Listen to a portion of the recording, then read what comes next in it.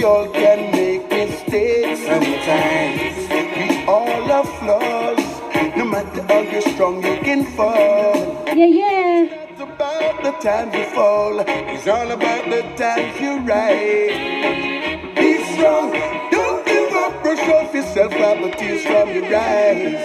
That's right. Each and every time, be strong. It's about every time that you rise and get back up. So right now, we have the great artist joining us, okay? He's live and direct. I'm looking forward to talking to him. He goes by the name of Paul Elliott. So make sure you keep it locked in. Right now, we're going to be speaking live and direct with him. So, of course, without further ado, Paul Elliott, you there?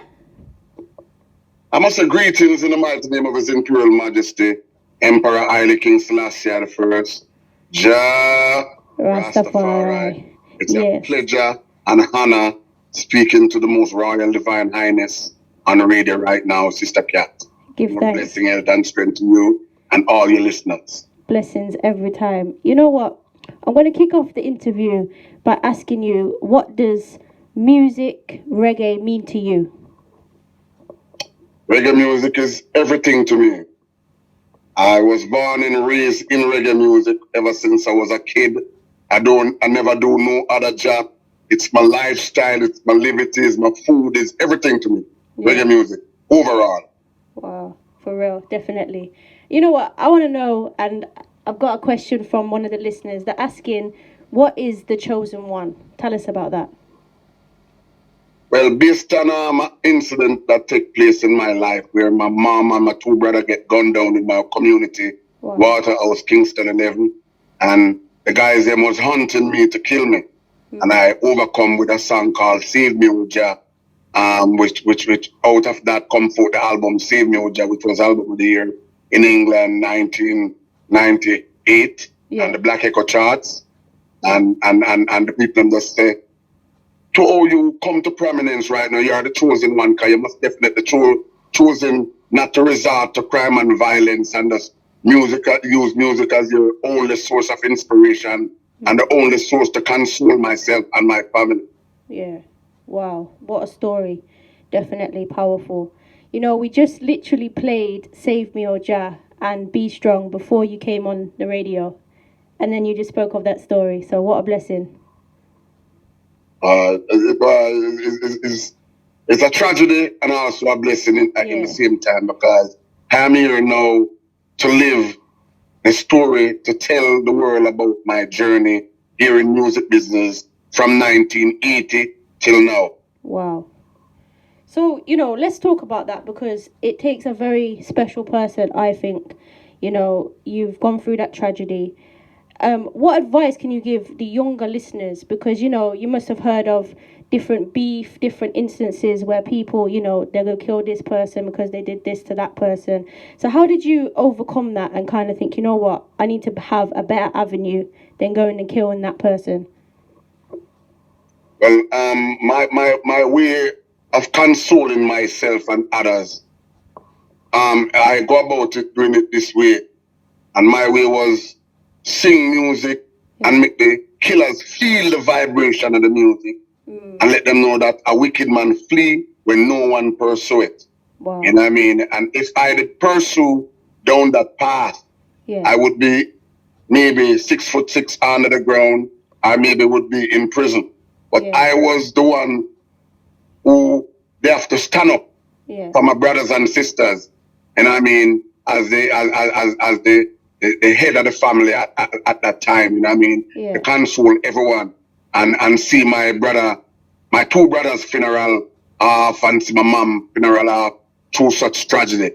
Wow. And I really give thanks that the music helped to save me and save a lot. So I can also be a voice to many, many people who suffer the same loss all around the world and let them know that sometimes an eye for an eye and a tooth for a tooth doesn't make sense at time, because one thing I can tell you something, the word justice, if everyone should fight the war in terms of justice, it's going to be a continuous war, because you have now, after peace, there's war again, but justice never served to no one.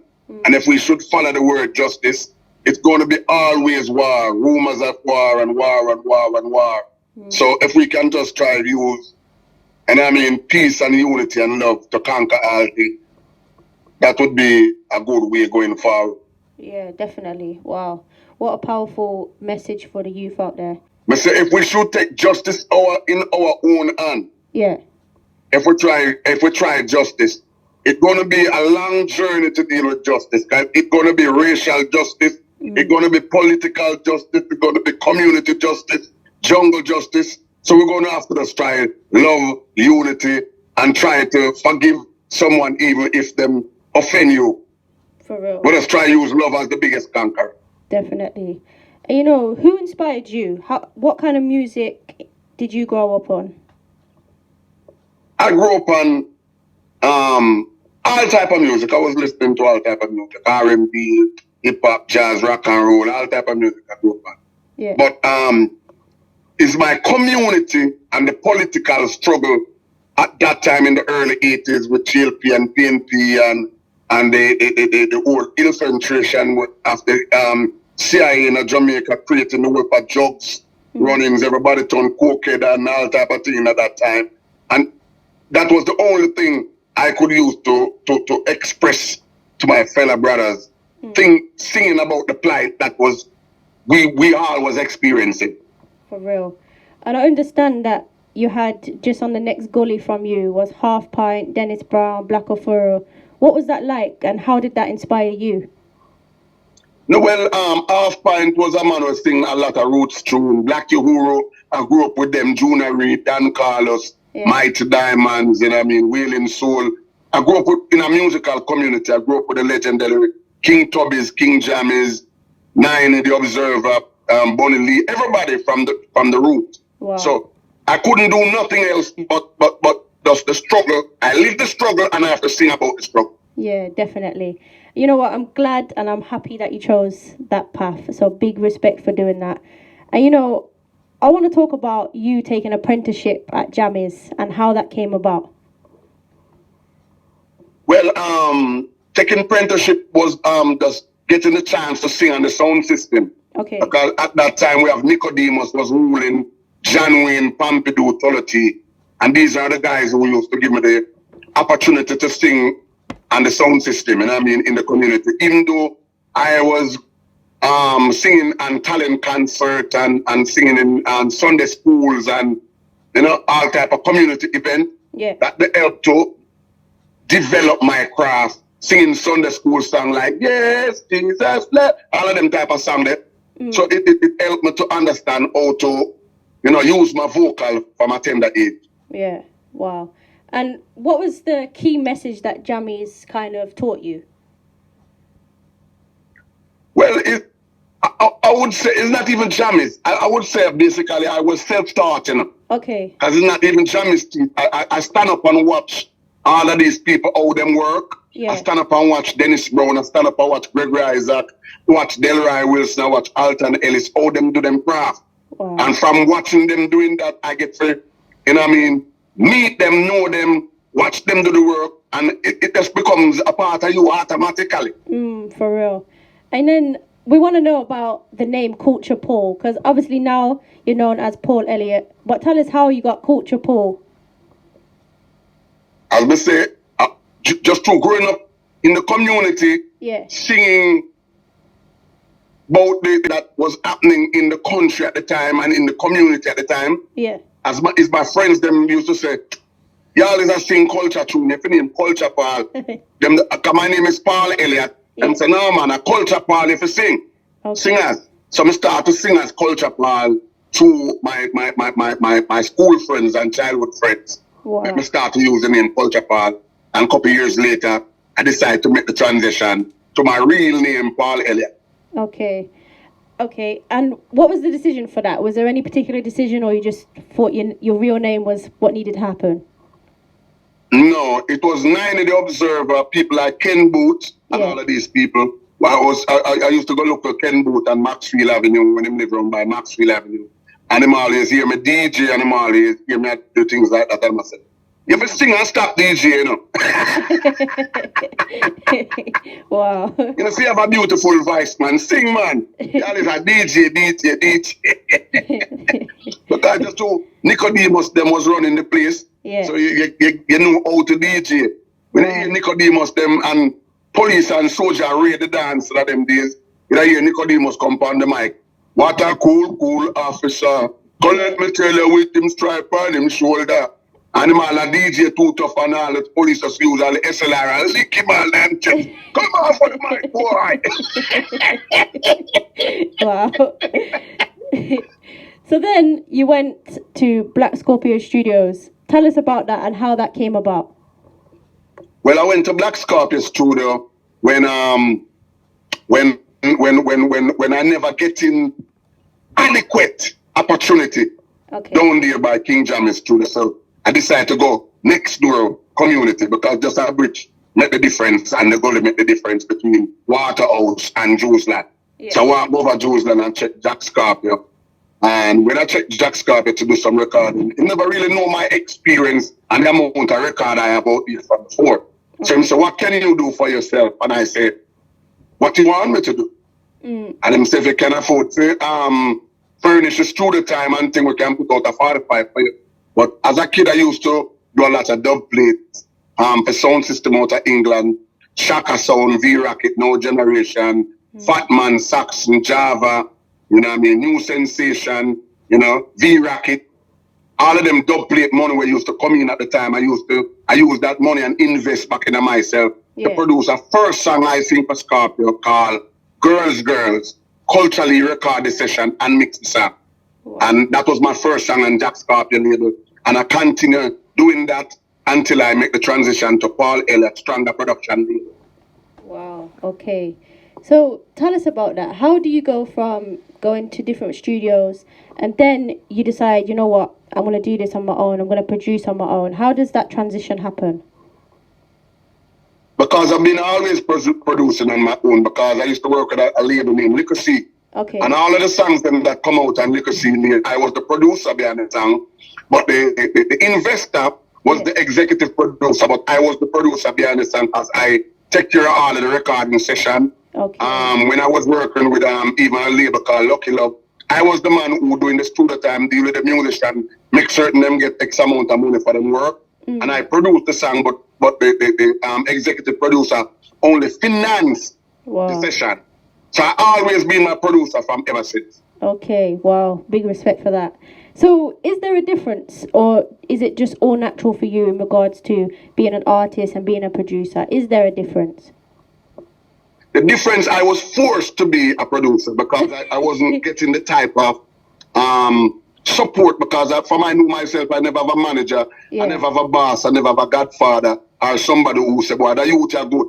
Most of the producers at that time was using my know-how because I know every radio personality, I know the sound system operator, I know how to go to the dynamic sound and the sonic sound and the tough gang and get the songs them out there. I get to even start to sell a record all across the island for Scorpio. Wow. You know what I mean? So I get to know all of the record shop them all across the island. I'm most record shop owner outside of Jamaica, in US, England, France, Germany. So they use me to help to propel their label, but not to propel my career. So it was a trade-off. It was a trade-off. They get me to promote them while they put out a song for me. Okay. And then we want to talk about your song recently put out called Be Strong. How did that song come about? Because it's a very powerful song. It's a song come about. I make a 2-year break in recording by not putting out any songs. I put out an album 2017 and I make that album run for 2017, 2018, 2019. And I decided, say, in 2020, I have to step up at the game, and I decided to work on the song, Be Strong. I tried on a few different rhythms, and I decided I want to change. So I call in Dean Fraser, I call in the Firehouse Band, I call in a couple of the musicians, and we get together, work out the song, and I say, I want to address a song for the pandemic that we are going through right now. Yeah. You know what I mean? And through the pandemic, everybody underneath the can. I did want to have a song to motivate the people, make them know, so even when the system knock you down, get up and go again. Yeah. Even when, you know what I mean, it's whatever system surround you, knock you down, staying down is not an option. Definitely. Get up and ride the wave, never stay down. If you even get gunshot, crawl to the hospital, crawl to wherever you can find survivor. And this is how this song come about. That is why I decided to put out the song Be Strong. Definitely. So tell the listeners out there, what's next for you? What have you got happening for the future? Right now, I'm currently working on a brand new album. I don't know if I want to name the album Be Strong or Miss Most Wanted. Okay. Or I Am in Love. I don't know what will be the title of this album, but I'm working on a brand new project, looking forward. Maybe in this summer or late December, I want to work on I'm going to try and complete a brand new album for my fans, so the fans can look out. You know what I mean? I'm also in the process of sorting out my own reggae museum, with all of my accomplishment that I've accomplished within music over the past 41 years in music. You know what I mean? And working with all of the greats, them, you know, put some of the display, some of the photograph them on display with me and Ken Booth and Jan Wood and Elroy Wilson and Gregory Isaac and the Bonnie Lee. And you know what I mean? Other artifacts that I gather in traveling from France, Germany, Switzerland, Belgium, the US, Canada, and elsewhere. You know what I mean? Yeah. So I want to make a kind of reggae museum with, you know what I mean? So you can get a kind of history about some of the people who enough of the young folks them don't get the time to know about, because most people in music now never get to with all of these icons and legends such as Bonnie Wheeler and all of these people, and I get the opportunity as a kid to work with all of these people. So I never want us to keep all of this history by myself and don't put it in a book and don't pass on the knowledge to people who want to know more about reggae music and what reggae music was founded on, because reggae music founded on the plight of the people, because in Jamaica in those days, reggae music never getting no play on the radio. It was always R&B and rock and roll. So the ghetto people on the downtrod of Jamaica come up with this music, ska, rocksteady, mento, and reggae, and that is where reggae born out of ska and rocksteady. You know what I mean? Yeah. And the people don't know about that history, the young people so I have to pass on that knowledge, because I get that era, and I also know I also make it to the transition of live music to computer music that was founded in my community, Waterhouse, Kingston 11, by Wayne Smith and Noel Davey, and of course Jam is the producer for that project. While I was there in the early creative part of it in front of St. Patrick's School over by Wayne Smith House. Wow, lots of history, definitely. So how this platform couldn't give you a wide knowledge of my contribution and knowledge to the business. But I still give thanks for the opportunity for enlighten about the work I'm doing right now. Definitely. So how can people link you? How can they connect with you if they wanted to link you up on social media and so on? Paul Elliott Reggae on Facebook, and Paul Elliott The Chosen One. Paul Elliott Chosen One on Instagram. And you can also get my email, paulelliottjamdown@yahoo.com.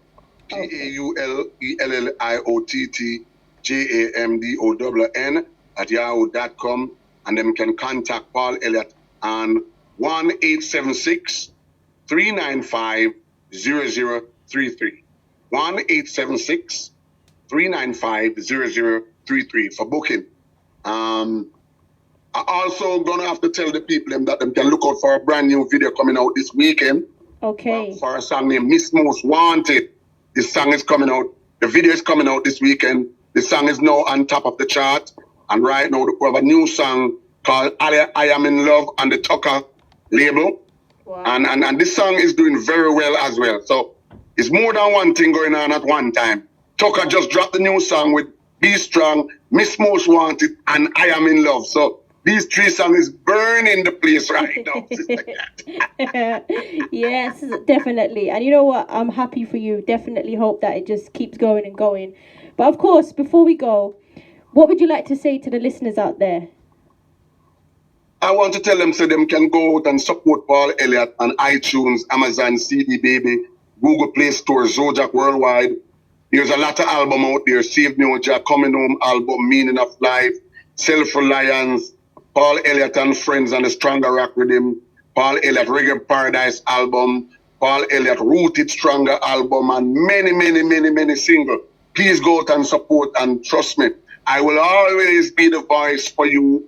Anywhere the downtrodden located and planet Earth, Paul Elliott will always lend a voice for the plight of the people globally, because that is my duty. I still going to maintain the foundation that our music was founded on. This music from Jamaica, reggae music, take Mandela from prison. Bob Marley used it to liberate Zimbabwe.